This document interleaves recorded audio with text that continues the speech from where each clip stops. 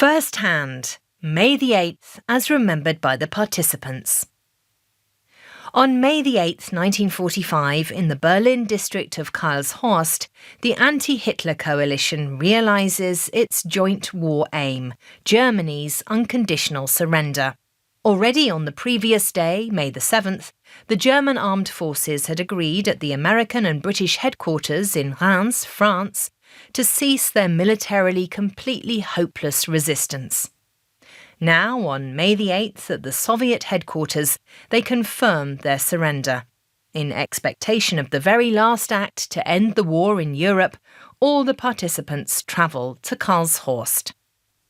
Рано утром 8 мая в Берлин прилетел Вышинский. Early in the morning on May the 8th, A. Wyszynski, First Deputy People's Commissar of Foreign Affairs, arrived in Berlin. He brought with him all the necessary documents concerning the surrender of Germany and told me the names of the representatives of the Allied Supreme Command. In the middle of the day, there arrived at Tempelhof Airport British Air Chief Marshal Tedder and the commander of the U.S. Strategic Air Forces, General Spaatz. И командующий стратегическими воздушными силами США генерал Spaatz. This is how Georgy Zhukov recalls it in his memoirs published 25 years later.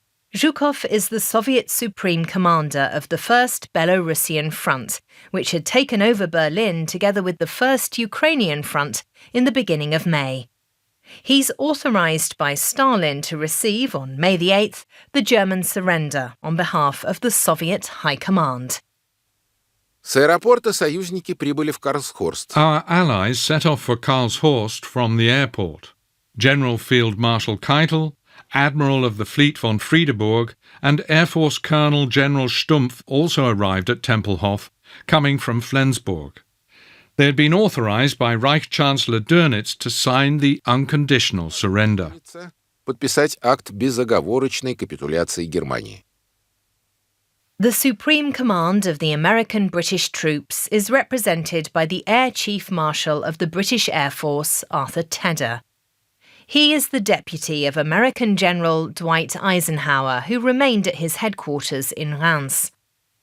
In Tedder's memoirs, published in the 1960s, he writes, When we got near Tempelhof, we could see the city still burning. The yellowish smoke enveloped all, and there was an acrid, bitter smell of burning. There was a Russian Guard of Honour lined up on the aerodrome. Tedder is the only person in the delegation from Reims whom the Soviet allies had previously met personally. Early in 1945, he had negotiated in Moscow a common procedure to be followed by the anti-Hitler coalition at the end of the war.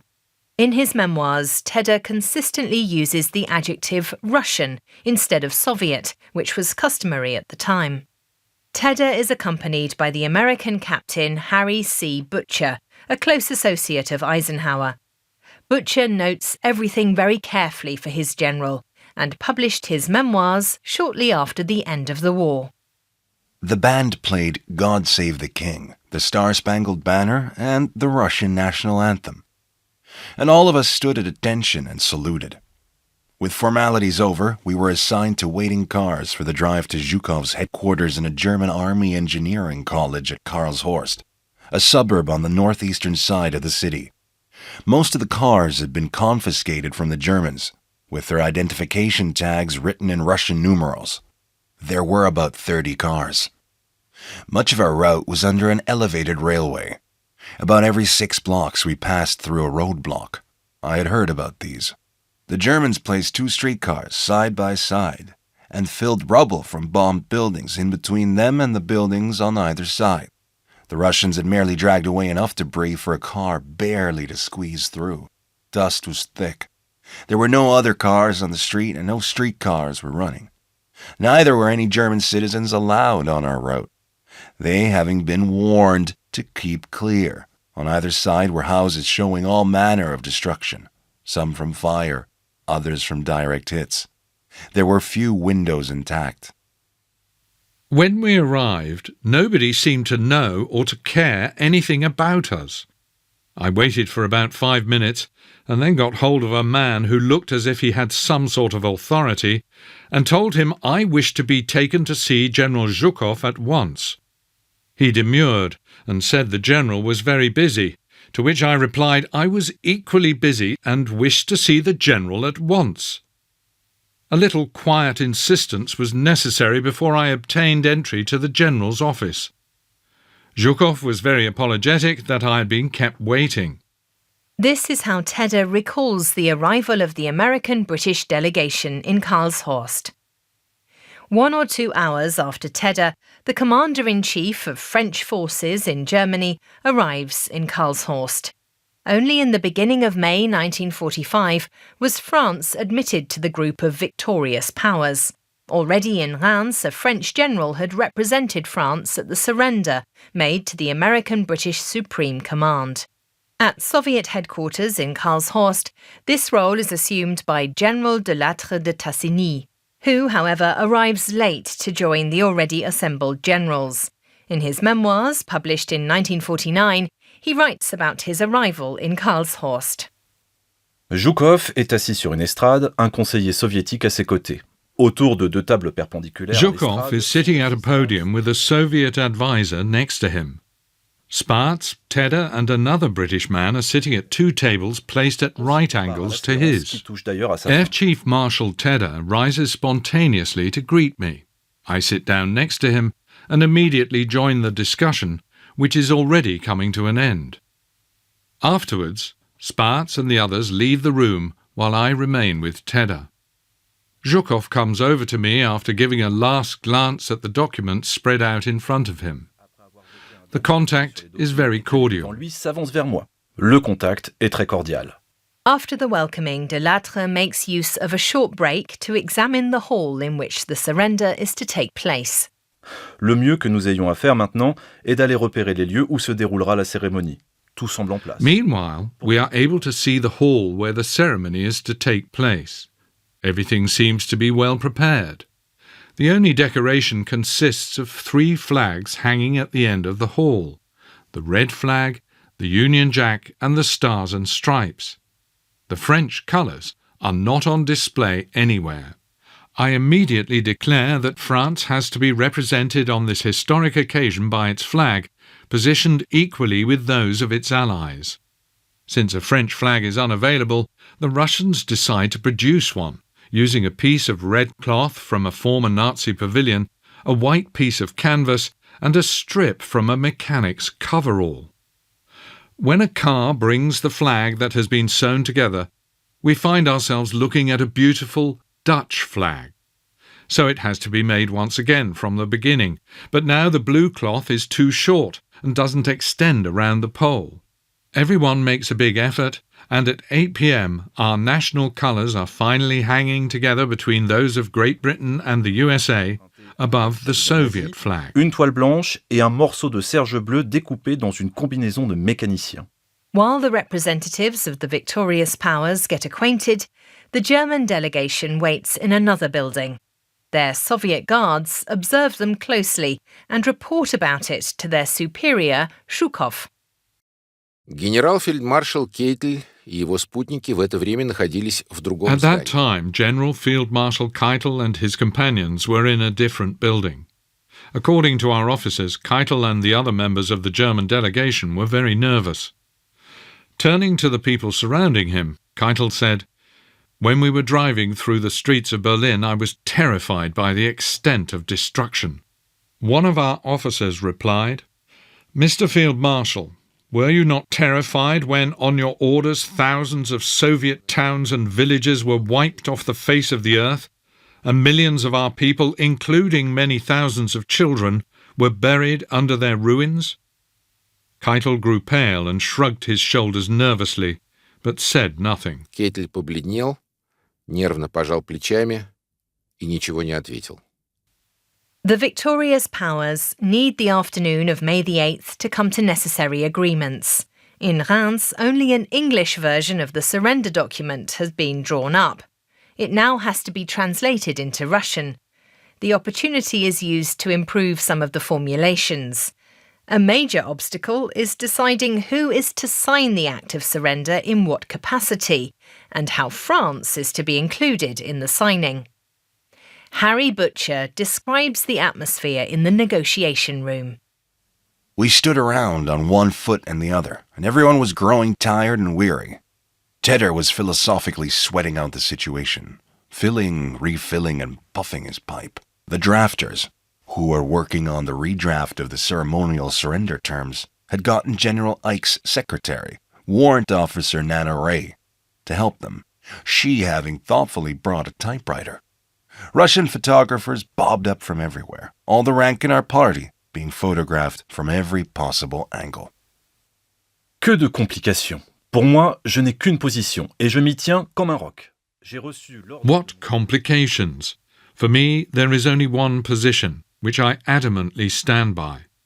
I received an order from my government to sign, and I must sign. When Tedder is summoned to Zhukov, I tell him the following as he departs. If I return to France without fulfilling my task, if I allow my country to be prevented from signing the surrender of the German Reich, I deserve the rope. Je mériterais d'être pendu. In Tedder's recollections, everything ended harmoniously. Wyszynski came back a few minutes later with some paper with writing on it, which he gave to Zhukov. Zhukov glanced at it, gave a laugh, and the one outstanding difficulty was solved. Spatz and Delattre de Tassigny signed under the signatures of myself and Zhukov as witnesses. Evening is approaching in Karlshorst and not all details have been clarified. Major Fritz Oppenheimer, a Berlin lawyer who fled to the USA before the Holocaust and is now legal advisor in the American delegation, recalls, From 8 p.m. onwards, the work for the signing had to be completed under heavy pressure and against time. It had been decided to sign the document in two versions. In the first wording, the Deutsche Wehrmacht surrendered unconditionally to the Supreme Commander of the Allied Expeditionary Forces and to the Chief Command of the Red Army, whereas in the copy for the Soviets, the order was reversed, and the Chief Command of the Red Army was mentioned first, the Supreme Commander AEF taking the second place. Finally, all the points had been covered, the Russians, French, British, and Americans satisfied. We moved into the conference room, which had across one end a long table from which spurred 3 similarly long tables, one for the press and 2 for the official party. Under the balcony at one side was a short table about 10 feet in length for the Germans. In the rear, there were batteries of Klieg lights. While Butcher places himself at the edge of the room to observe the act of surrender, Zhukov opens the ceremony as host. Ровно в 24 часа мы вошли в зал. At exactly midnight we entered the hall. Opening the meeting I declared, "We representatives of the Supreme Command of the Soviet Armed Forces and the Supreme Command of the Allied Forces have been authorized by the governments of the anti-Hitler coalition to accept the unconditional surrender of Germany from the German military command.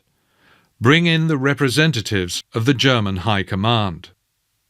Everybody turned their heads towards the doorway in which were to appear those who had boasted that they could finish off France and Britain with lightning speed, crush the Soviet Union in 1.5 or 2 months, and conquer the whole world.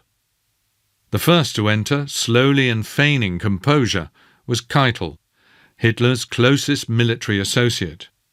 He held up his field marshal's baton in greeting to the representatives of the Supreme Command of the Soviet and Allied forces.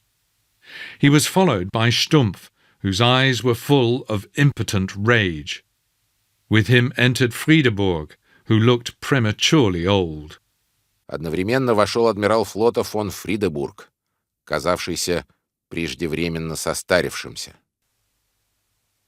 En entrant dans la salle, Keitel s'avance. As Keitel steps forward, he staggers under the blinding effect of flashbulbs.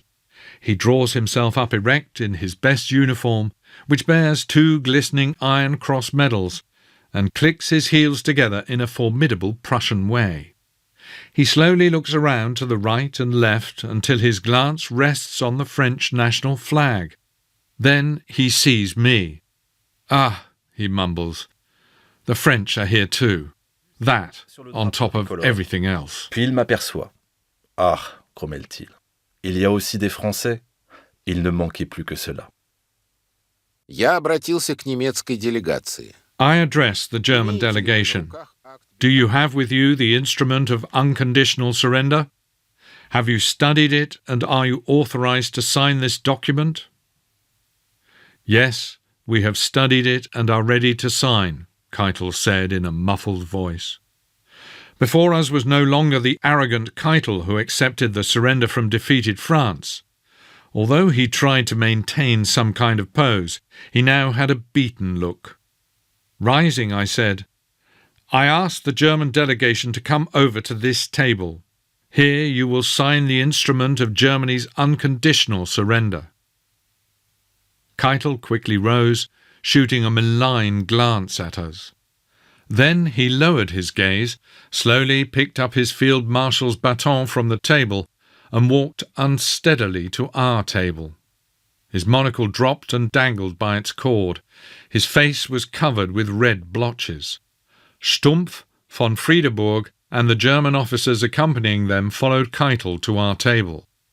Putting his monocle in place, Keitel sat down on the edge of a chair and signed 5 copies of the instrument of surrender. His hand trembled slightly. Stumpf and Friedeburg affixed their signatures too. After signing, Keitel rose and put on his right glove, making another attempt to show his military bearing. But nothing came of it, and he went over slowly to his table. Военной выправкой, но этого у него не получилось, и он тихо отошел за свой стол. When the Allies finished signing, Zhukov stood up and barked an order that the Germans should depart. Keitel rose promptly, followed by the others, snapped to attention, saluted with his baton, pivoted, and strode from the room. Alors, le brouhaha turbulent des reporters... A babble of voices immediately erupts again from the photographers and reporters, who had hardly been able to quiet down when the Germans had entered the hall. They climb onto each other's shoulders and form a human pyramid to get the best views on film and photo of the congratulations and handshakes exchanged by the Allied commanders, and to have a record of these historic minutes. Désireux de prendre les meilleures vues de ces grandes minutes. But the night is not yet over. Zhukov invites Tedder and all the other representatives of the victorious powers to a banquet. An hour later, we returned to the room where the surrender had been signed, to find it all fully laid out for a large-scale banquet, and that meant 6 hours at least. There were bottles beside each plate: red wine, white wine, champagne, vodka and brandy, as lethal a loading as one could imagine. Soon, Zhukov arose and proposed a toast to Premier Stalin, interpreted sentence by a Russian lieutenant standing beside him. As Zhukov raised his glass, we all stood. I was cagey. I took a sip of wine, but my Russian friend across the table went bottoms up with vodka. I looked away. Then Zhukov proposed a toast to General Eisenhower. I took an old letter from my pocket and immediately wrote down his words as the interpreter gave them. "General of the Army Eisenhower has given the most magnificent performance of any general of the current time. His great strides in the West helped me in the East. I raise my glass to the greatest military strategist of our time, General Eisenhower." After having seen General Ike described in print so frequently as the chairman of the board, which I always felt was a means of damning with faint praise his proven ability as a military strategist, I was delighted that the great Russian Marshal had spoken as flowingly and, to me, appropriately about my boss. I filled my glass with vodka. I looked my Russian friend straight in the eye, and together we went bottoms up. To hell with being cagey. From that time on, the party swirled with toasts and the effect thereof. There were toasts from Stalin to the late and great President Roosevelt, who had been such a great friend of Russia, to the indomitable Prime Minister Mr. Churchill and to the new President of the United States, Mr. Truman. From where I sat, Zhukov, Tedder, Spatz, and Delattre de Tassigny seemed to be popping up like jacks in the box, offering toast after toast, barely giving me time to sit down and fill my glass and repeat. Праздничный ужин закончился утром песнями и плясками. The banquet ended in the morning with singing and dancing. The Soviet generals were unrivaled as far as dancing went. Even I could not restrain myself, and remembering my youth, did a Russian folk dance. We left the banquet hall to the accompaniment of a cannonade from all types of weapons on the occasion of the victory. The shooting went on in all parts of Berlin and its suburbs. Although shots were fired into the air, fragments from mines and shells and bullets fell to the ground, and it was not quite so safe to walk in the open on the morning of May the 9th. But how different it was from the danger to which we had grown accustomed during the long years of the war. Той, с которой мы все сжились за долгие годы войны.